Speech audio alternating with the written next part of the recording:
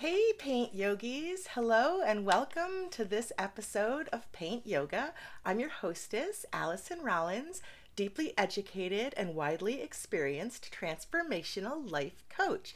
And I've designed this series called Paint Yoga to help you explore your inner experiences through visual, written, and other creative expressions so that you can better see your shadow parts that you may have rejected and integrate those into a more functional and whole being.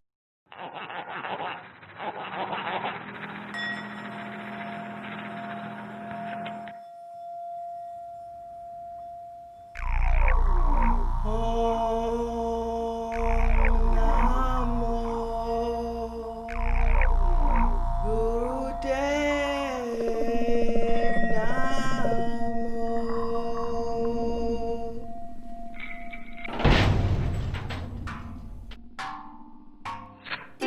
Paint yoga 'cause it's time to get to know yourself. So get your art supplies off the shelf. Don't forget to get your daily playing. Don't you serious, that's all I'm saying. Grab your friends, it's paint yoga time. Welcome back to the Paint Yoga 7 Chakra series. This is the final episode. I will explain the Crown Chakra in a moment. First, if you've enjoyed this series and appreciate the self-reflective work of Jnana Yoga that Allison's been putting out here these past few months, then please help us to reach 1,000 subscribers so we can collect some of the ads revenue. Speaking of 1,000, the Crown Chakra is represented by a 1,000 petaled lotus blossom. It's also associated with the conch shell horn. The element of this chakra is consciousness. The Crown Chakra represents pure thought or energy. As we've told you in the previous 6 episodes, the 7 chakras are just one of many ancient paradigms. Next year, I want to explore more esoteric energy systems. Stay tuned and subscribe! Chakras, meridians, auras, or physical fields of light, the energetic body, is a lens that helps us see the relevant relationships and workings of our inner selves. The psychological aspects that can often be triggered by physical release in a yoga session is probably why the ancient sages came up with these systems to understand it. The Sushumna Nadi is like a golden thread. While we meditate on our breath, imagine the prana, or breath energy, entering this channel, rising and falling up and down the thread, or barber pole, in the center of the spine, and driving the energy of your body, your physical vehicle here on earth. As were introduced last time, Ida and Pingala energy channels open the third eye chakra and wind their ways between the chakra vortices at each level of the system. In review, the first chakra, the root, represents the earthly manifestation of physical reality, life, basic survival, and our lineages.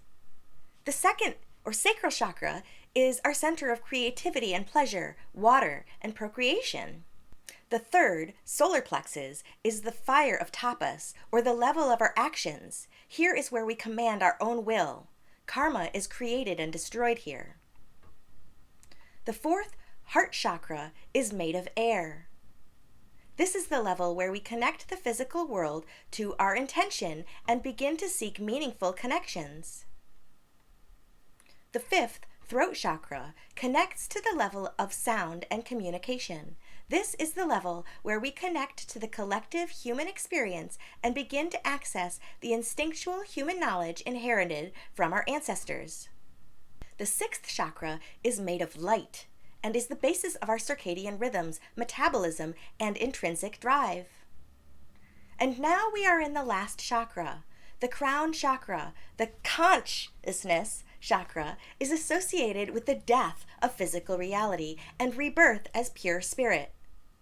And it is also the connection point where the pure potentiality of your imagination sparks reality into existence. The 37th verse of the Tao Te Ching tells us that the Tao does nothing, yet leaves nothing undone. Less is more. The crown chakra is where we download spiritual inspirations. Behind the mind's eye, our soul space. It's been called the seat of consciousness. as the crown or throne of an illustrious leader. The crown of your personal sovereignty empowers you to choose your actions, to set and hold your borders or personal boundaries, and to direct the physical attributes of your life experience. Claiming your crown sometimes means just doing it, like Nike would say. In the soul space, Akasha, the physical body falls away, and it is pure thought. This is the state of nirvana. The bodhisattva are those renowned sages who have achieved samadhi, a state of intense concentration achieved through meditation. Some equate this to nirvana.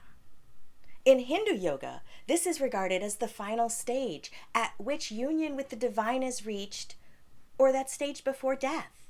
The vow of bodhisattva is renunciation of the divine contentment and peace of nirvana or samadhi, in order to return to a physical reality and bring lost souls stuck here in a materialistic physical reality to the peace and freedom from suffering of our higher states of being.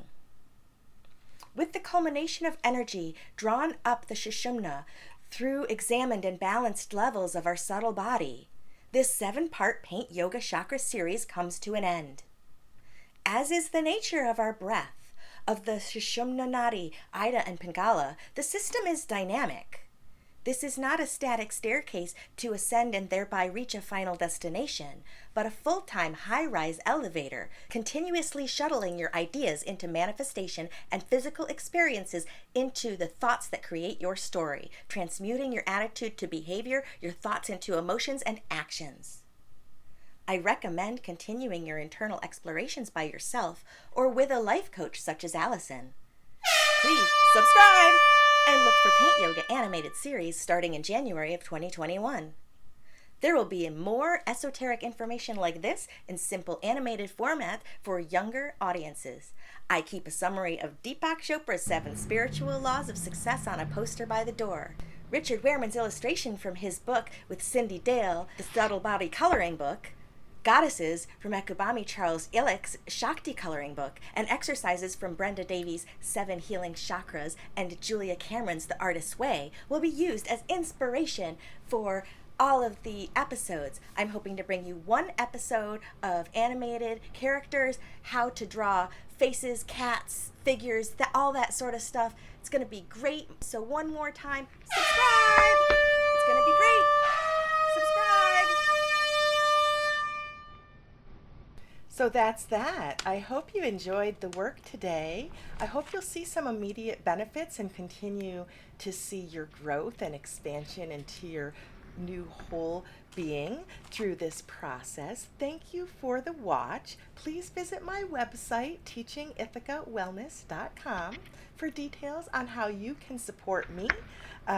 You can support my work, and you can also work directly with me to discuss and deepen your practice in this experience, this journey to self-love, unity, and whole being. Namaste.